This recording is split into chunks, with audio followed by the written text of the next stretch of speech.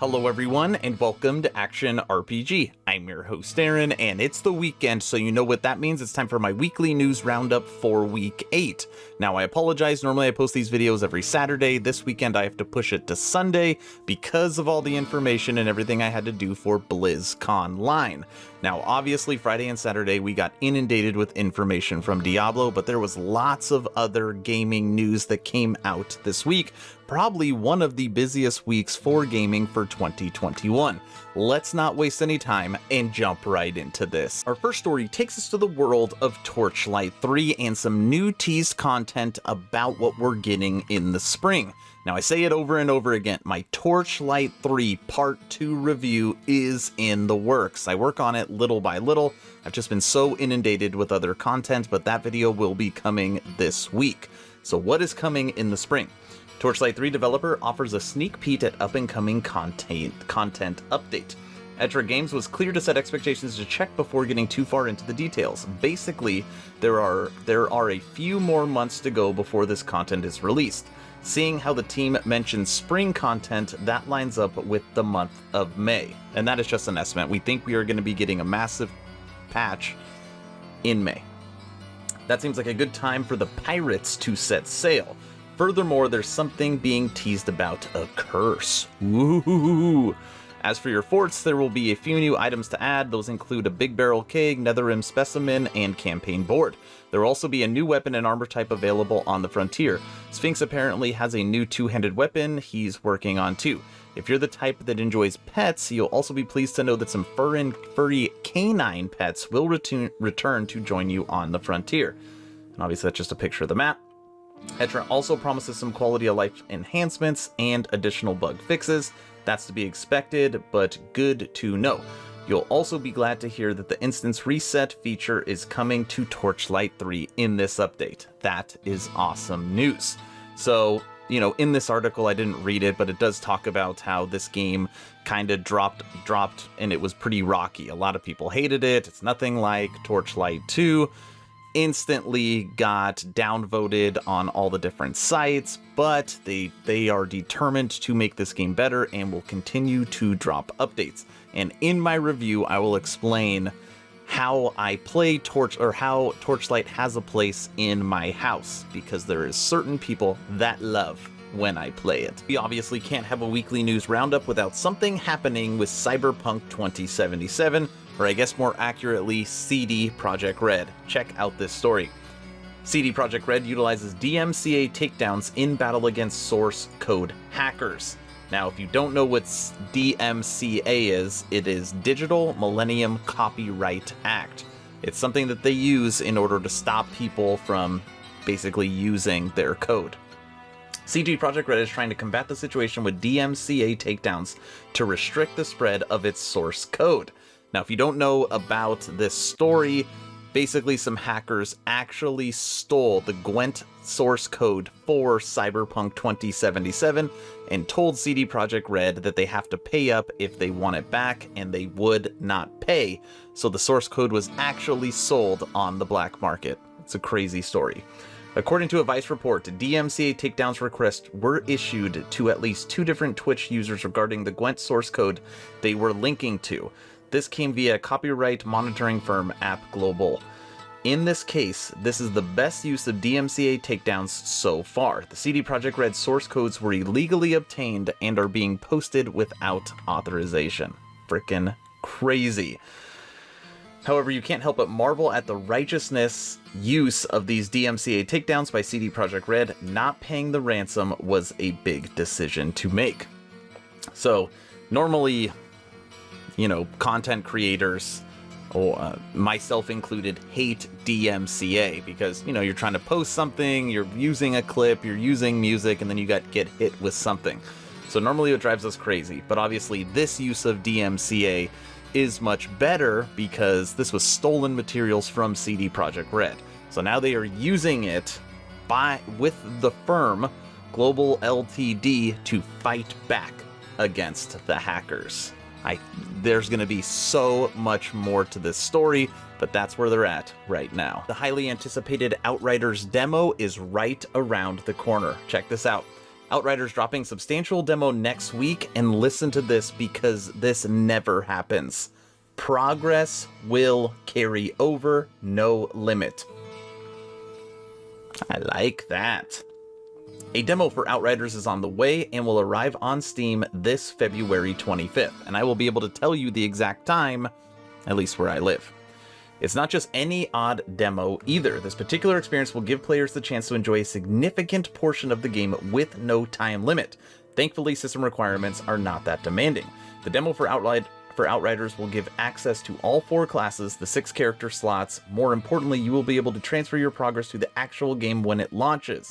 You never, almost never see that on a demo. This will be a great incentive for anyone already interested in the game. Moreover, the demo will stay up even when the game launches on April 5th.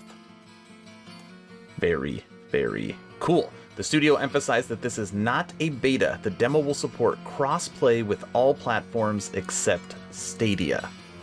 Seriously love this. Now, I will link this in the description below so you can actually see your time. Let's see if I can zoom in a little bit here. But at least for me, if you're looking like, Bay Area, California, so Los Angeles, 9 p.m. PST, and that's February 25th. But you can see all around the country different dates. Unfortunately, if you're in Tokyo, you're gonna have to wait till the 26th. Who knows how that correlates. Or Sydney. Sorry. But anyways, I will link this in the description below if you want to see what time yours is. This game looks awesome. This week, Magic Legends unveiled its equipment and cosmetic customization system. You're no longer just collecting cards, which is exactly how it feels.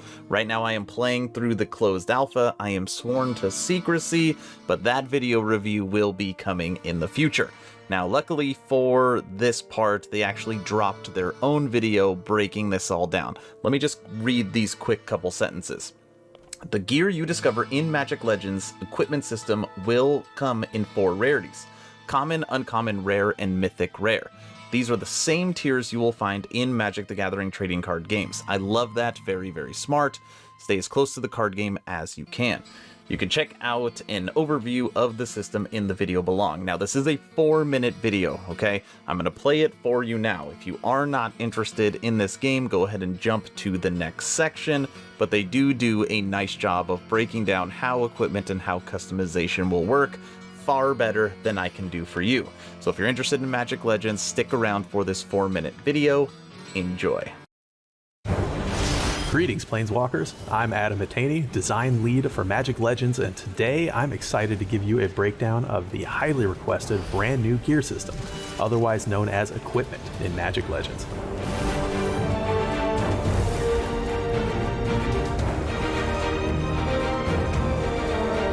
Through our closed alpha test in 2020, we gathered a lot of player feedback that while our spell and artifact loot was an interesting approach to player progression in the Magic multiverse, these features couldn't fully replace a gear system in an action RPG.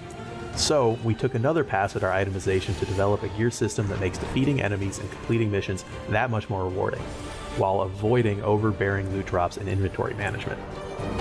Magic Legends will feature 6 slots for equipment, allowing Planeswalkers to improve character stats and collect new appearances. Your characters will be able to mix, match, and maximize pieces of gear for their head, body, arms, and feet, as well as 2 accessory slots. Equipment pieces come in 4 rarities: common, uncommon, rare, and mythic rare, just like tabletop Magic. The stat bonuses from equipment will focus on improving overall combat ability and survivability through effects like increased damage potency, mana color specific damage reduction, soul stealing to consume the life force of fallen enemies, to name just a few. Beyond these basic stat bonuses, equipment will provide triggered effects through their mods, which synergize with spells and artifacts, deepening the level of loadout customization. For example, I've just completed a mission and earned the Nemesis Mask as a reward. I've now unlocked a usable gear piece and its appearance in the tailor. By default, this item has 3 mods. Its core mod grants a % chance to taunt enemies when I damage them while at full health. It also has 2 adaptive mods, one of which increases my resistance to blue mana spells and enemies, and another that increases the potency of health globes. My core mod for taunting enemies will have a significant impact when combined with something like the Molten Shell spell and the Geomancer's melee-centric ability kit, as I'm receiving shield over my health bar and dealing a lot of damage up close to enemies who are forced to continually attack me. All gear you collect has a single core mod and one or more adaptive mods. Core mods are fixed and cannot be swapped out, while adaptive mods can be interchanged.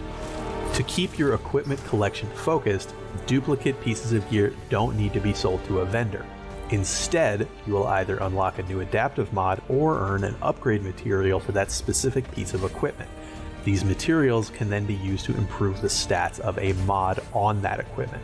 For example, after defeating some enemies, I have just received another Nemesis mask. I see that this particular version of the Nemesis mask has an adaptive mod for plus secondary ability potency, which I didn't have before. So I've now unlocked this adaptive mod and can choose to replace the existing blue mana resistance with this brand new secondary ability potency in that first adaptive mod slot. Aside from stats, everyone knows that looking cool is the greatest way to increase your character's effectiveness. In Magic Legends, equipment not only gives you access to a wide variety of items for enhanced performance, but it also unlocks new cosmetic options. To access your unlocked appearances and update your outfit, simply visit a tailor, found in the hub area of each region. In addition to costume changes, the tailor also allows for adjustments to a character's body, face, skin color, hairstyle, and more. With this new equipment system complementing deck building and artifacts, preparing Planeswalker loadouts is an even deeper experience, and we're so excited for you all to start theory crafting incredible builds. We've got more awesome stuff coming as we prepare for open beta, so make sure to follow us on our socials for all the latest news and updates on Magic Legends. I'll see you in the multiverse.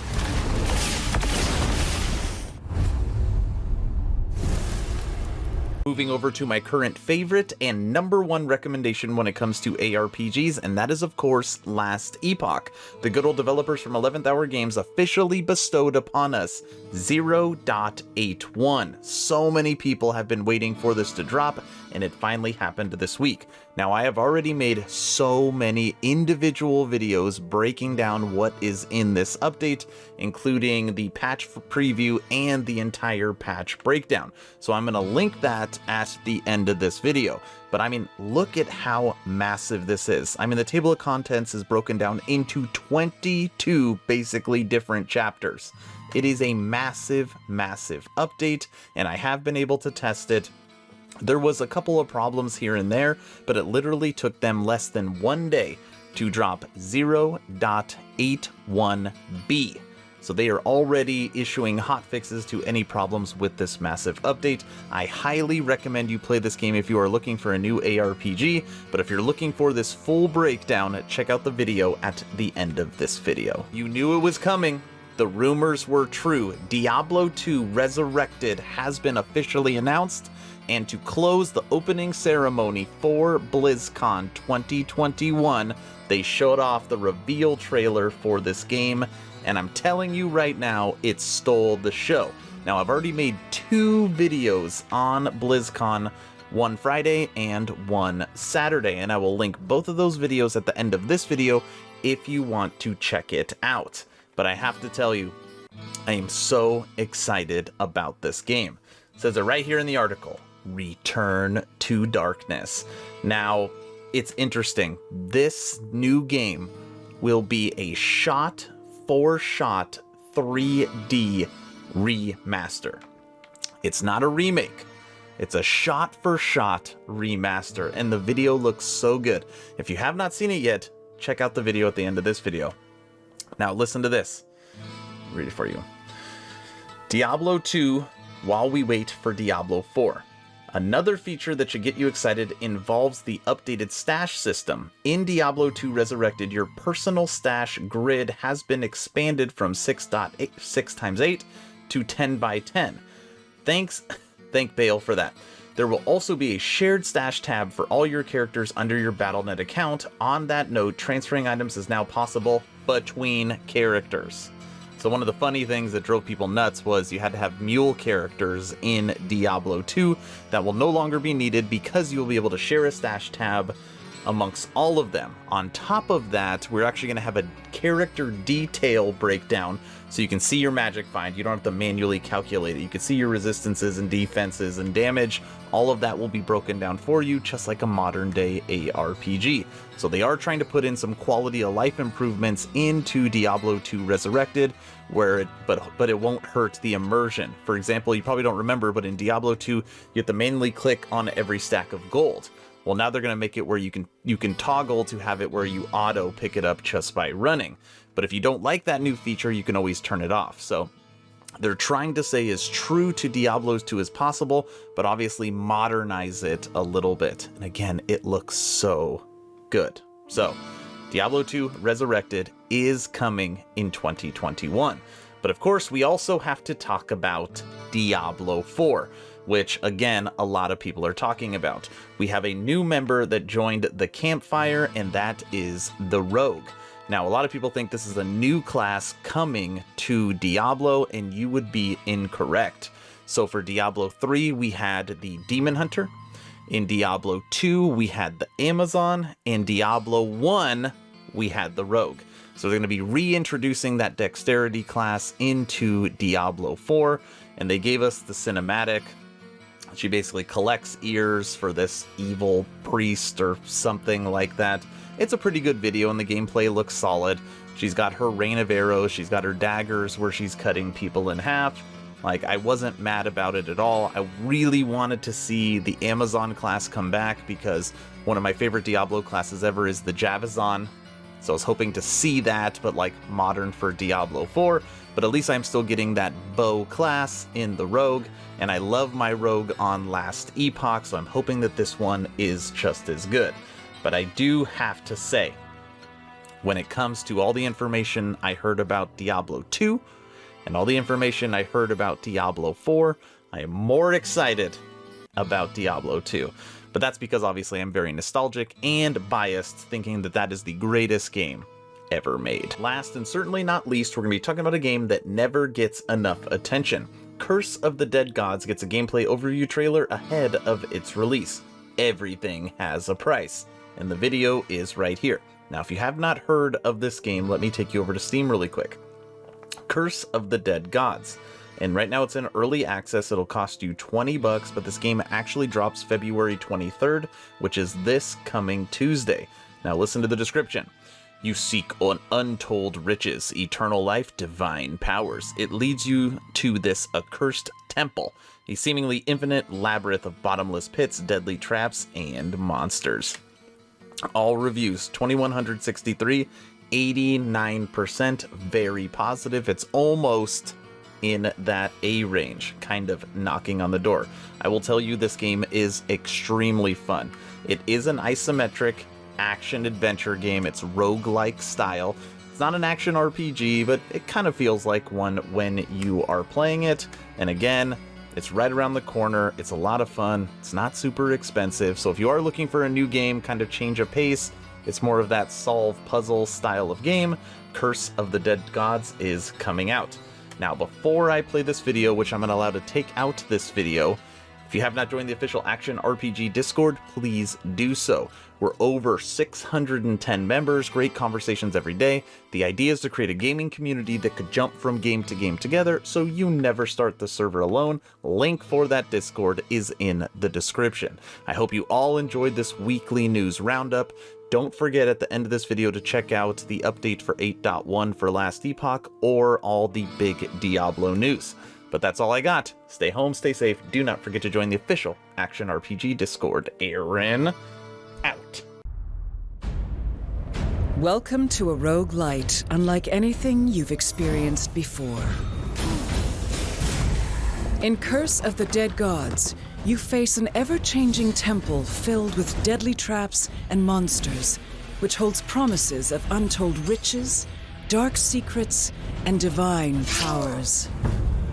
The god of death himself has corrupted what was once a city of splendor, turning the revered deities into evil guardians prowling in the shadows. Delve deeper with every run to collect treasures, weapons, and powerful relics, while uncovering the secrets that await in the darkness.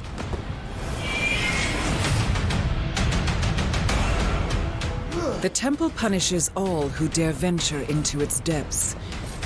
Many dangers are hidden from your sight in the shadows. Light fire baskets, braziers, or even set enemies on fire during battle to better see your surroundings and reveal hidden traps. Intricate combinations of these traps threaten your survival at every turn, but they can be used to your advantage to decimate entire groups of monsters. When you overcome a room, it's up to you to choose what comes next. Fights in Curse of the Dead Gods bring an addictive mix of fast decision-making, careful strategy, and sharp reflexes. You have access to a wide array of weapons, each with their own strengths, letting you delve deep into creating your own playstyle. Opt for speed and agility with swords, daggers, or sharp claws, or gain a brute force advantage with heavy hammers and swords that smash away foes' defenses.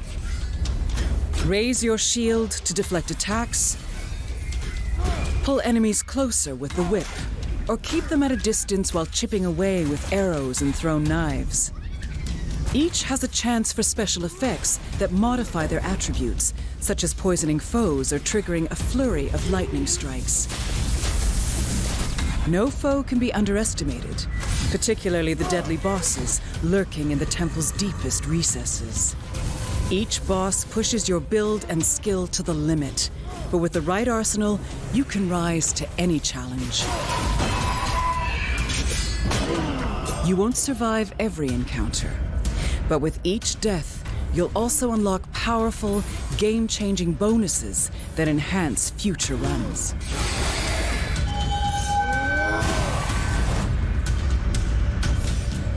As you explore each part of the ever-changing temple, you'll suffer from the corrupting influence of the god of death. By offering blood at altars, your corruption gauge will increase even further in exchange for more power. Eventually, your greed inflicts various curses with unique properties.